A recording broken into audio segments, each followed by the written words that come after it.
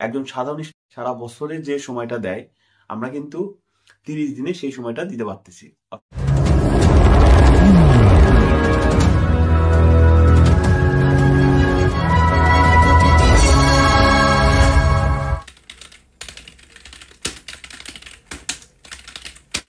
আসসালামু আলাইকুম। ভিডিও টাইটেলে যা দেখেছেন একদম সত্য।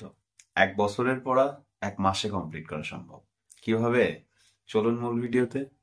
বাংলাদেশের যে পড়াশোনার কারিকুলাম, বিশেষজ্ঞদের মতে একজন স্টুডেন্ট যদি দৈনিক বাসায় 1 থেকে 1.5 ঘন্টা করে প্রত্যেক দিন কোয়ালিটি টাইম পড়াশোনার পিছনে ব্যয় করে, সেই স্টুডেন্ট 100% পরীক্ষার জন্য ভালো করবে, ভালো রেজাল্ট নিয়ে আসবে। কিন্তু প্রত্যেকটা দিন এই কোয়ালিটি টাইম অর্থাৎ 1 থেকে 1.5 ঘন্টা টাইম পড়াশোনার জন্য নিয়মিত ব্যয় করতে হবে। এখন আমরা কিভাবে 1 বছরের পড়া 1 মাসে কমপ্লিট করব, তারই ছোট্ট একটা ধারণা দিব এই ভিডিওতে। 1 বছর সমান 12 মাস। আমরা জানি 1 বছরে 12 মাস। একটা স্টুডেন্ট কি 12 মাসই পড়তে বসে? না, কখনোই না। একটা স্টুডেন্টের সর্বোচ্চ 10 মাস পড়তে পারে প্রত্যেক দিন।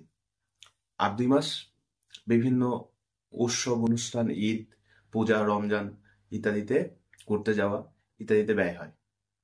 অর্থাৎ একটা স্টুডেন্ট যদি সর্বোচ্চ পড়তে পারে 10 মাস পড়তে বসে প্রত্যেক দিন, সেই হিসাব করলে একজন স্টুডেন্ট 10 মাসে 1 মাস সমান 30 দিন, 10 মাস সমান 30 গুণন 10, 300 দিন।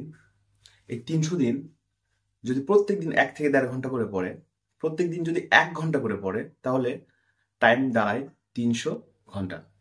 আর যদি 1.5 ঘন্টা করে পড়ে, যারা ভালো স্টুডেন্ট, খুব ভালো লেভেলের স্টুডেন্ট, তারা যদি প্রতিদিন 1.5 ঘন্টা করে পড়ে, ওর টাইম দাঁড়াবে 450 ঘন্টা। এখন আমাদের হাতে টাইম আছে পরীক্ষার জন্য আর 1 মাস। আমরা সারা বছর পড়ি নাই, 1 বছর আমরা গ্যাপ দিছি। এই গ্যাপটা আমাদের পূরণ করতে হবে 1 মাসে। 30 দিনে তাহলে আমাদের সময় দিতে হবে 300 ঘন্টা।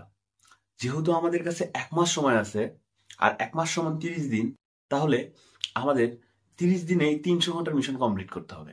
অর্থাৎ আমাদের প্রত্যেক দিন 10 ঘন্টা করে সময় দিতে হবে।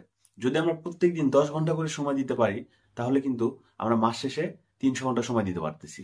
অর্থাৎ আমরা এই নিয়মটা ফলো করে খুব সহজে একজন সাধারণ সারা বছরে যে সময়টা দেয় আমরা কিন্তু 30 দিনে সেই সময়টা দিতে পারতেছি। অর্থাৎ প্রত্যেক দিন আমাদের 10 ঘন্টা করে সময় দিতে হবে। কিন্তু আমাদের একটা বিষয় খুব ভালোভাবে মাথায় রাখতে হবে, সেটা হচ্ছে আমাদের প্রত্যেকটা ঘন্টা, অর্থাৎ আমাদের প্রত্যেকটা ঘন্টা এক একটা দিনের সমান। অর্থাৎ আমাদের পড়াশোনায় দেওয়া প্রতিটি ঘন্টা অবশ্যই খুবই গুরুত্বপূর্ণ হইতে হবে। তাহলে আমরা অবশ্যই বইকে ভালো করতে পারবো।